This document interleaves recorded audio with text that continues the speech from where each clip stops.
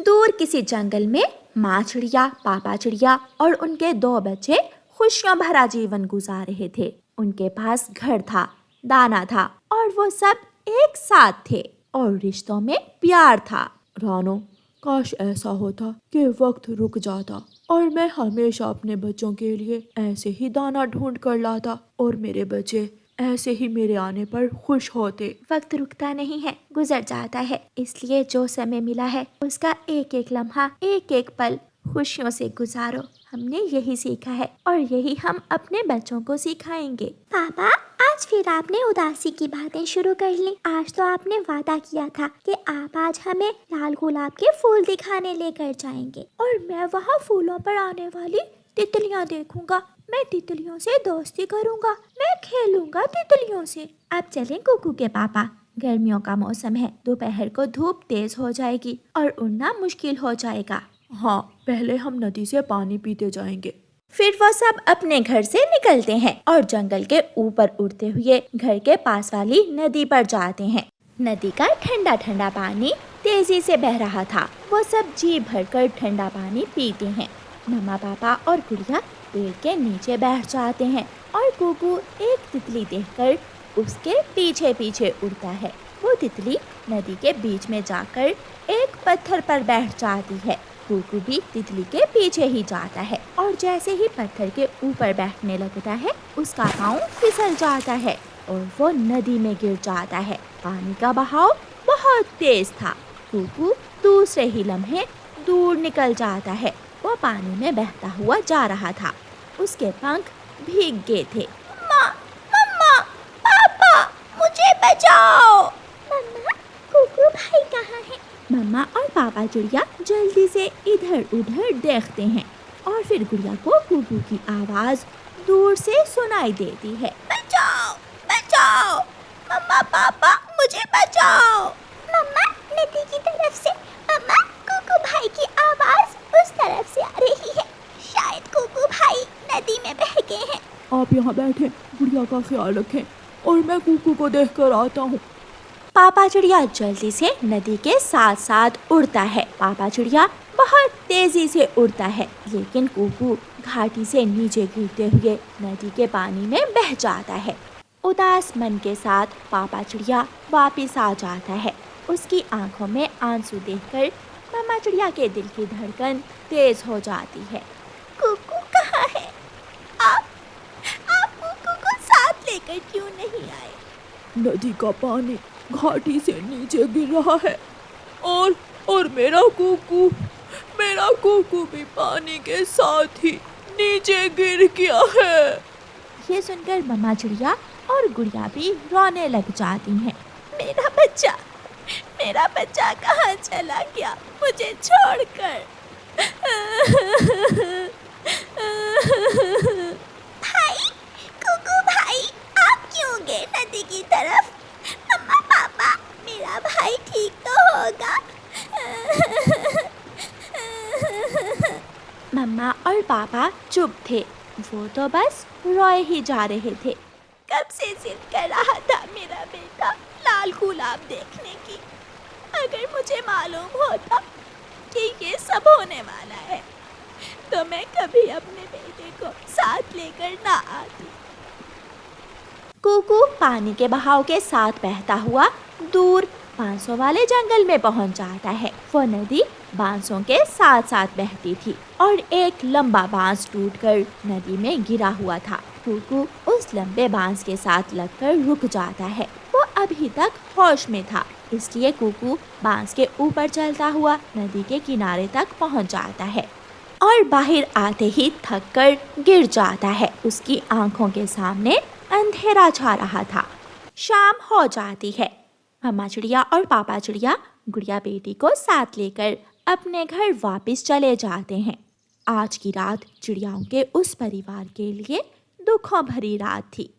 मम्मा चिड़िया घोंसले में लेटी हुई जाग रही थी।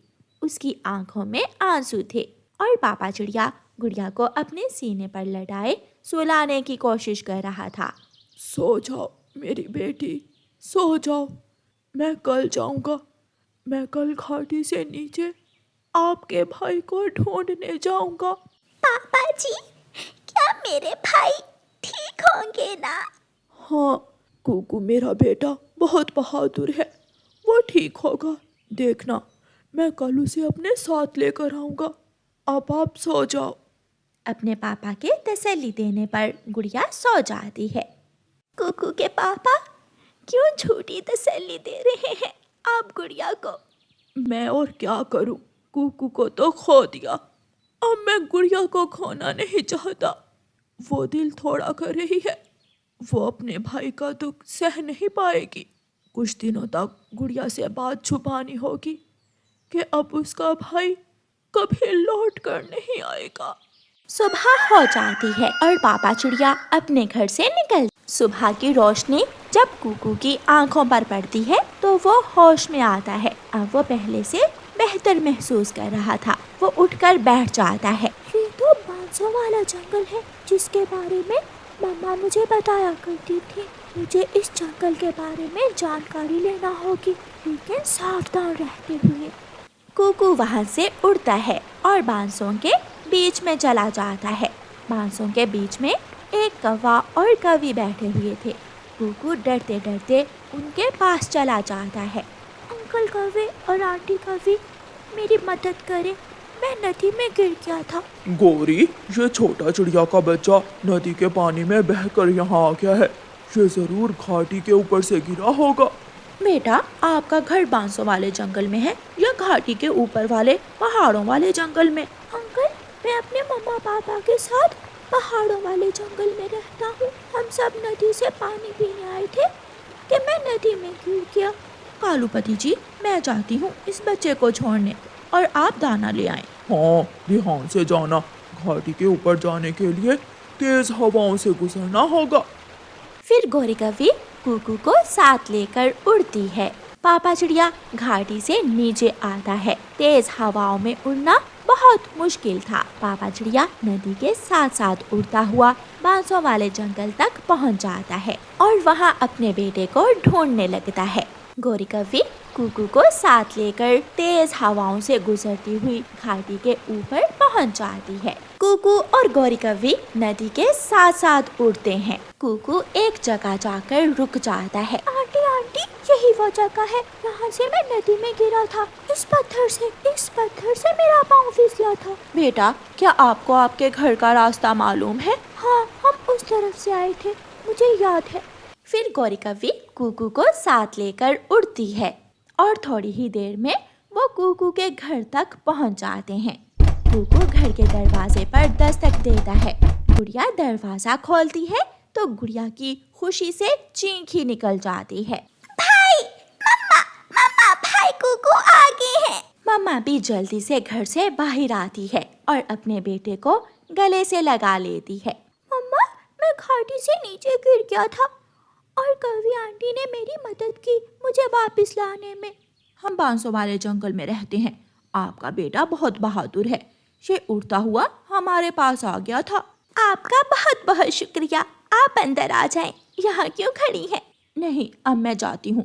फिर किसी दिन कालू जी के साथ आऊंगी। गौरी कवि कुकू को छोड़कर वापस चली जाती है और वो सब अपने घर में चले जाते हैं। मम्मा, पापा कहाँ हैं? आपके पापा बहुत दुखी हैं। वो आपको ढूंढने गए हुए हैं। शाम को जब कुकू के पापा लौटकर घर आते हैं तो वो दुखी मन के साथ आकर बैठ जाते हैं। मम्मा चिड़िया कुकू को इशारा करती है और कुकू अलमारी के पीछे से निकलकर आता है और अपने पापा के कंधे पर बैठ जाता है।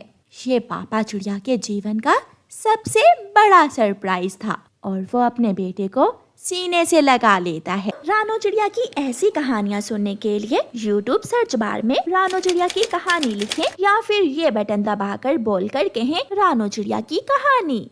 दूर किसी जंगल में तरह तरह के पक्षी रहा करते थे। उन सब में बहुत प्यार था। वो सब एक दूसरे के दोस्त थे। अच्छे बुरे समय में एक दूसरे की मदद करते थे। गौरी कवि अपने 2 अंडों पर बैठी हुई थी जब आसमान में उड़ती हुई एक चील की नजर उस पर जाती है। जालिम चील वहाँ आ जाती है। कवि, हटो यहाँ से, दूर हो जाओ। मुझे ये ताजा ताजा अंडों का स्वाद चखने दो।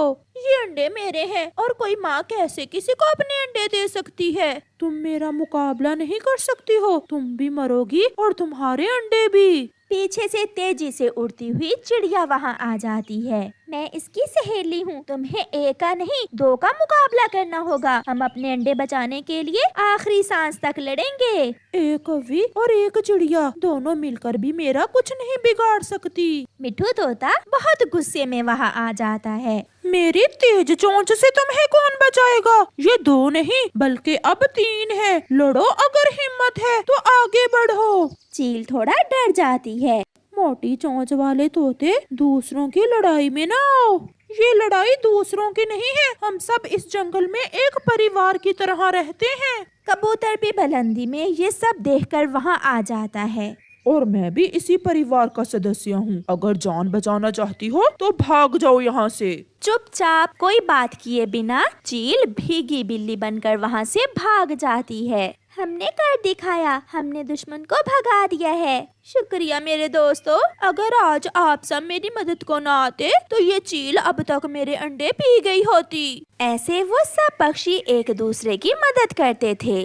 चील दोस्त, बहुत गुस्से में हो, क्या हुआ है? उन सब पक्षियों ने मिलकर मेरी बहुत बेइज्जती की है। मैं ये बात भूल नहीं सकती। आज तक किसी ने ऊंची आवाज में मुझसे बात नहीं की, मगर आज उन्होंने मुझे उस कौवे के अंडे नहीं पीने दिए। आप चिंता न करें चील दोस्त, मैं जाता हूँ। अब मुझे क्या करना होगा? कुछ ऐसा कि जिससे वो दोस्त आपस में लड़ें और उनकी दोस्ती खत्म हो जाए। मैं जल्द लौट कर आऊँगा, दोस्त मेरा इंतजार करना। ऐसा कहते हुए बुरा कौवा जंगल की तरफ चला जाता है।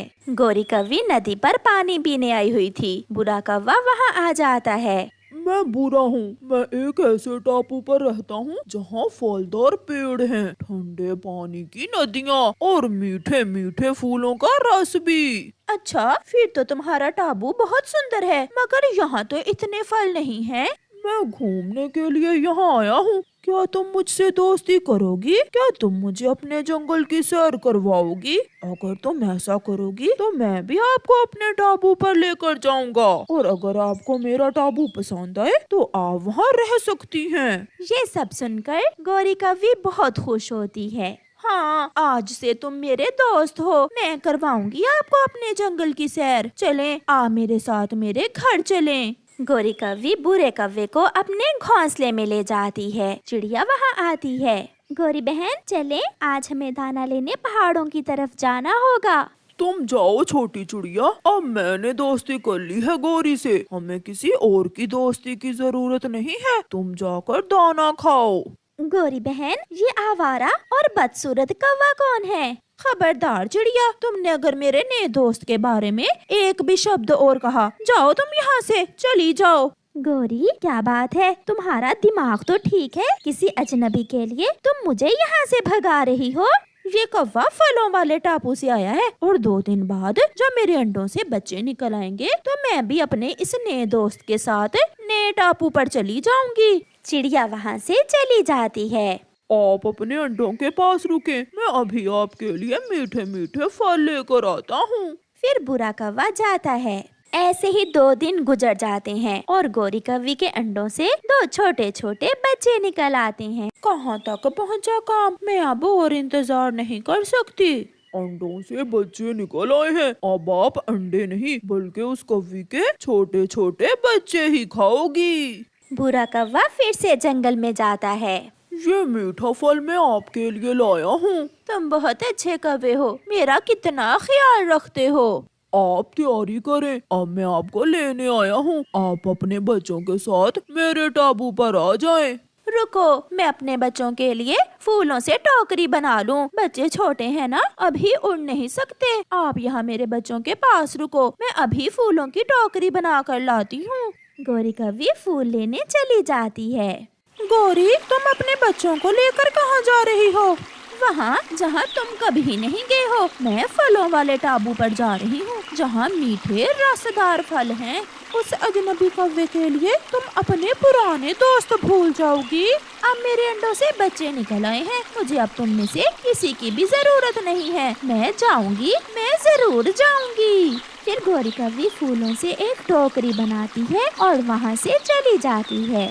मैं आपकी मदद करता हूँ। लाएं, आप ये बच्चों वाली टोकरी मुझे पकड़ा दें। सब जलते हैं मुझसे, मिठू भी चिड़िया भी। वो मुझे तुम्हारे साथ जाने से मना कर रहे हैं। वो जलते हैं कि तुम मीठे फल खाओगी और वो खाएंगे सूखा दाना। सफर शुरू होता है। बूढ़ा गोरी कौवी के बच्चों वाली टोकरी उठाता है और गोरी पीछे पीछे। गोरी ना जाओ, वापिस आ जाओ। गोरी मत जाए, हमें छोड़कर मत जाए। सब आवाजें देते हैं मगर गोरी कौवी किसी की बात पर कोई ध्यान नहीं देती। वो चली जाती है। थोड़ी देर यहाँ आराम कर लेते हैं। पानी पीने के बाद हम बाकी का सफर शुरू करेंगे। अभी हमें और कितना आगे जाना होगा ने दोस्त? यही समझो कि सफर खत्म होने ही वाला है। पीछे से बड़ी चील गुफा से निकलकर बाहर आती है। सफर खत्म हुआ कौवी, अब कौन तुम्हें और तुम्हारे बच्चों को मुझसे बचाएगा? दुष्ट चील, तुम फिर से आ गई हो। दोस्त, मेरे नए दोस्त, मेरे बच्चों को इससे बचाओ। पागल कौवी, कौन दोस्त? ये तो सब हमारा प्लान था, तुमसे बदला लेने का। ये सुनकर गोरी की आंखें खुली की खुली रह जाती हैं। याद करो वो वक्त जब तुम सब ने मिलकर मुझे अंडे नहीं पीने दिए थे और मुझे भगा दिया था। लाओ, अब ये अपने बच्चे मुझे दे दो। चील आगे बढ़ती है। बूढ़ा कौवा गोरी को पकड़ लेता है और गोरी कौवी की आंखों के सामने चील उसके बच्चों को मार देती है और खा जाती है। बुरे, इसे छोड़ दो ताकि ये वापस जाकर अपने दोस्तों को बता सके कि मुझसे दुश्मनी की सजा बहुत बड़ी मिलती है। अंडों के बदले बच्चे खाती हूँ मैं। गोरी तो ऐसे थी जैसे कोई मूर्ति हो। वो चुप थी। वो रोती हुई वापस जाती है। उसका घोंसला उजड़ चुका था। वो बहुत रोती है, पछताती है, मगर अब तो समय लौटकर नहीं आने वाला था। वो वापस आ जाती है और एक सूखे पेड़ पर बैठकर रोती रहती है, मगर कोई भी उसे चुप करवाने वाला नहीं था, क्योंकि उसने अपने नए दोस्त बनाने के लिए अपने बचपन के दोस्तों को छोड़ दिया था। वो अकेली रह गई थी। प्यारे दोस्तों, इसलिए तो कहते हैं कि हमें कभी भी किसी अजनबी पर विश्वास नहीं करना चाहिए। और प्यारे दोस्तों, इस कहानी को लाइक करना बिल्कुल मत भूलना। आपका धन्यवाद।